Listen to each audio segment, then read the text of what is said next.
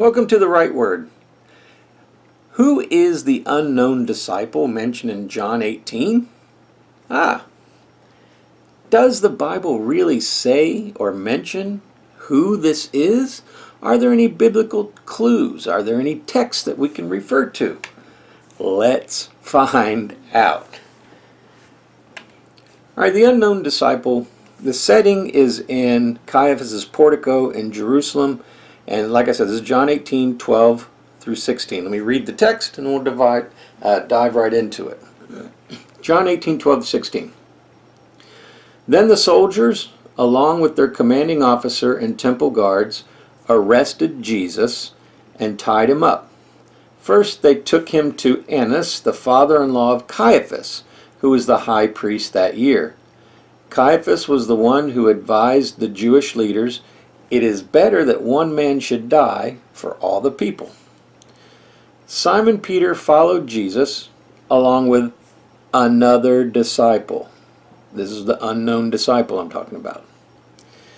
This other disciple was acquainted with the high priest and was allowed to enter the high priest's courtyard with Jesus.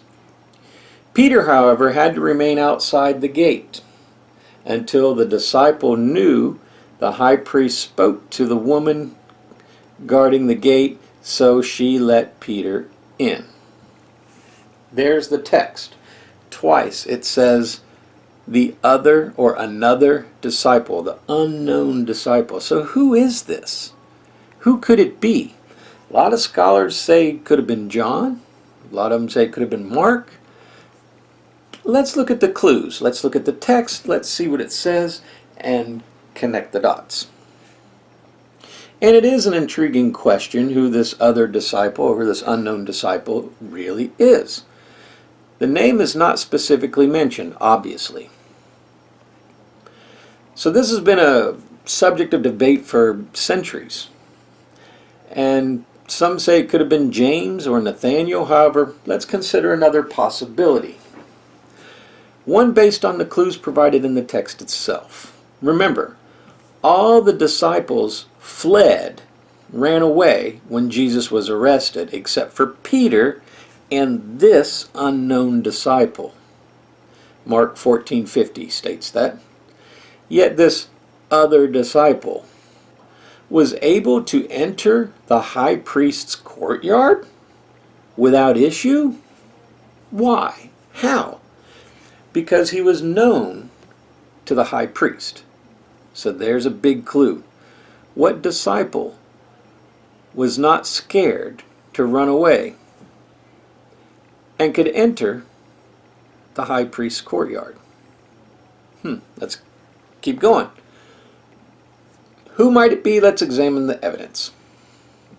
This individual was familiar with the high priest and could walk in the courtyard without fear of the guards, obviously. He had prior interactions with the Sanhedrin, the ruling council, and was able to have access to them. That's what it says.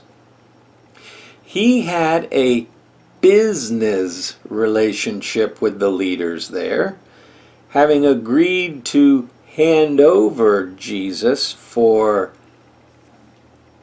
30 pieces of silver.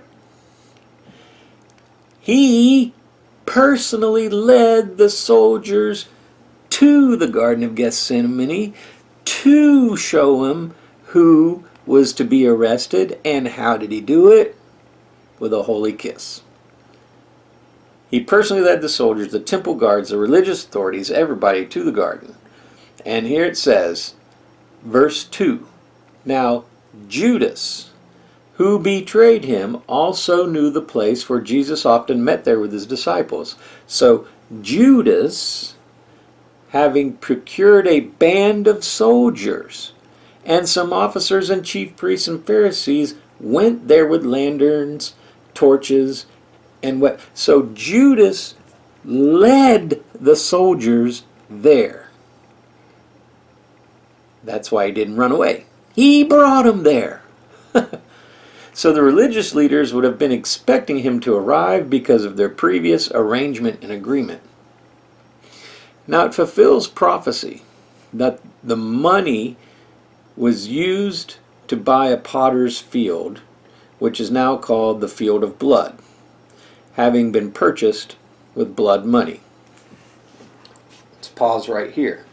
So Judas made a prior arrangement with the Pharisees, with the Sanhedrin, say, hey, for 30 pieces of silver, I will hand Jesus over to you. I'll take the soldiers there myself because I know where he's fixing to be. That's what happened. Now that money he had a change of heart and threw it back into the temple courtyard ground. They said, this is blood money, we can't take it. So they took it and they bought a field called the Potter's Field, which today is called the Field of Blood because it was blood money. Let's take a look at that for just a second. That same blood money was used to purchase a potter's field. What that was used for was for anybody that died, especially Gentiles, that died there in Jerusalem. That's where they would bury him, in the potter's field, which is a huge messianic prophecy, that Jesus' blood, the money to betray Jesus' blood, was used for the benefit of Gentiles to be at a holy place, to be buried at a holy place. So that blood was now covering Gentiles. Wow. Okay, so that's another whole video. So given these points, given these details, the identity of the other disciple obviously becomes Judas Iscariot. So this interpretation fits all the context, and it fits and explains why this disciple had such an unrestricted access to the high priest. And no other disciple described in the Gospels as having this level of familiarity or connection to the religious authorities. And the reason he had access to the high priest is because he had a vested money, 30 pieces of silver, interest.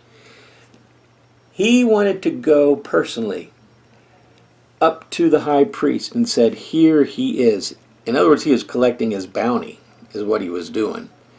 He's saying, I personally delivered this to you, now give me my money.